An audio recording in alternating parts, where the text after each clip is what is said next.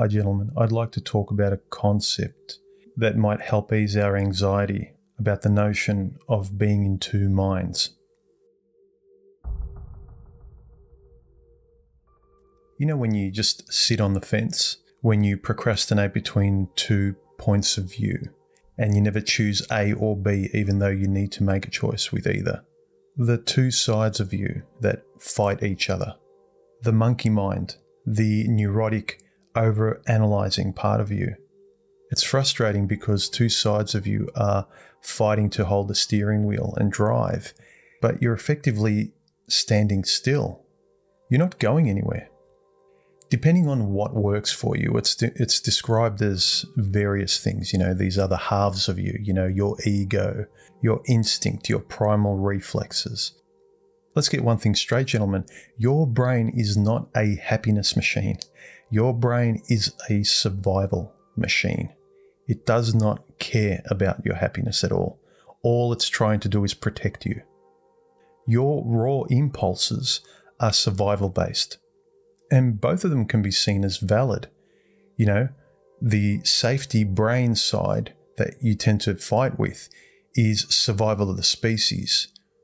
So one example of this is we want sex.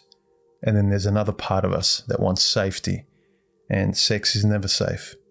It's really a push and pull between the conscious you and the unconscious you.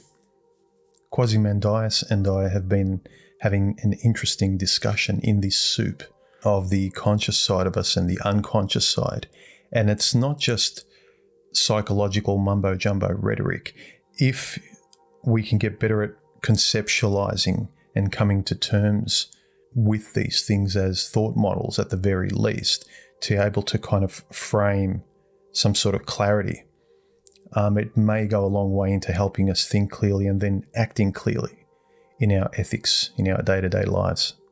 In terms of these two minds that we find ourselves in when we try to make decisions, sometimes I think that when we over-philosophize, towards having one mind and not being in two minds, being sort of singularly determined and not being pulled between two hemispheres and being frustrated and insecure and neurotic about things, is it even possible to aim for that singular mind? Is it even healthy? Because a few of us have already discovered, especially if we've had an awakening moment in our lives, that when we go for complete safety, it opens up a whole bag of neurotic worms that we're not prepared for. So complete safety or complete chaos, we resist it. But let's face it, our natures need certainty and uncertainty to a degree. I think the trick is to have this philosophical and psychological conversation and bring both sides out into conversation, get them to shake hands, as it were, and have a dialogue.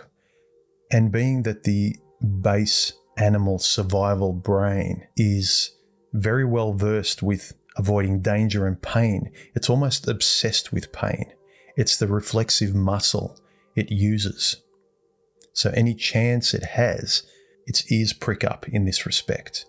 And we all tend to know at its root that every living organism wants to survive. And the control center of this living organism is no different. This is concerned with safety and survival, your brain. And like I said, most of your psychological inner conflicts stem from good intentions. Your brain is trying to protect you. But in many of us, it overcompensates to such a degree that it infantilizes us into a position of safety. And that's not trying to sort of shame anybody. I came to realize many years ago that moving towards complete safety is a trap. I'm not saying you shouldn't be cautious. I'm not saying you shouldn't be rational. I'm the kind of person that would ride a motorcycle because of the extent to which I want to live. I guess you need to gauge your own risk, gentlemen. But don't forget also, I think that our survival-based safety brain is the reason for some of our more quirky overcompensations, like, extreme introversion, being a recluse, shyness, isolation.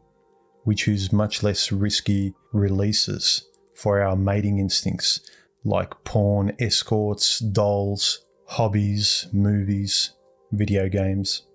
And some of those safeties can feel really good, and for many of us that's more than satisfactory. But for a great many, it's not. And when we go to sleep at night and we're alone in our four walls, we can tell that complete safety can feel like a different kind of scary than complete chaos or danger. Locking yourself up in a safe cage will protect you from any danger externally, but it locks you in with yourself. It won't protect you from what's inside. You are suffocating yourself mentally. It's the best way I can put it. I've always had an internal conflict in myself. On one hand, I've got the free artistic side of me that wants to just sort of jump out of a plane without a parachute. And then there's the other hyper-pragmatic, intellectual, philosophical side that almost wants too much certainty and clarity. And sometimes when living amongst other people and just day-to-day life, the two don't really mesh well. I think the best equanimity you can get to, at least I found, is to have a conversation with that inner safety brain of yours. Shake hands and don't fight it. Make friends with it.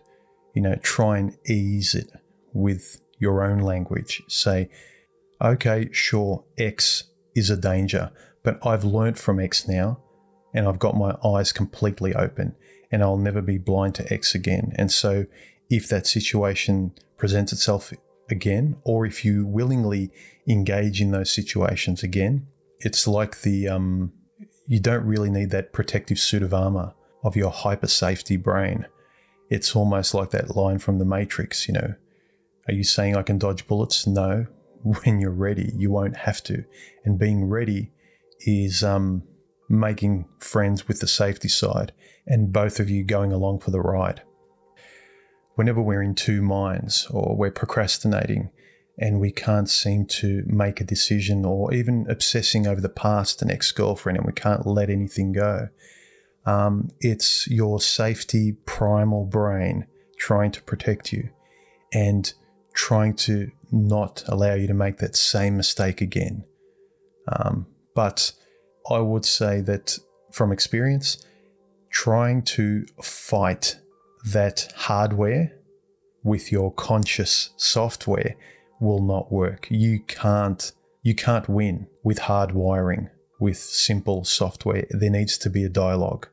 There needs to be an exchange. There needs to be a language, a back and forth. So don't fight those two minds. Rationally have a dialogue with both. Anyway, mull over that. Later, gentlemen. If you appreciate my videos and want to say thanks, feel free to donate via the links below. Every little bit helps me out so I can continue to do this. Finally, share, like, link, comment, subscribe and hit the bell icon to be notified of my next videos. Thanks.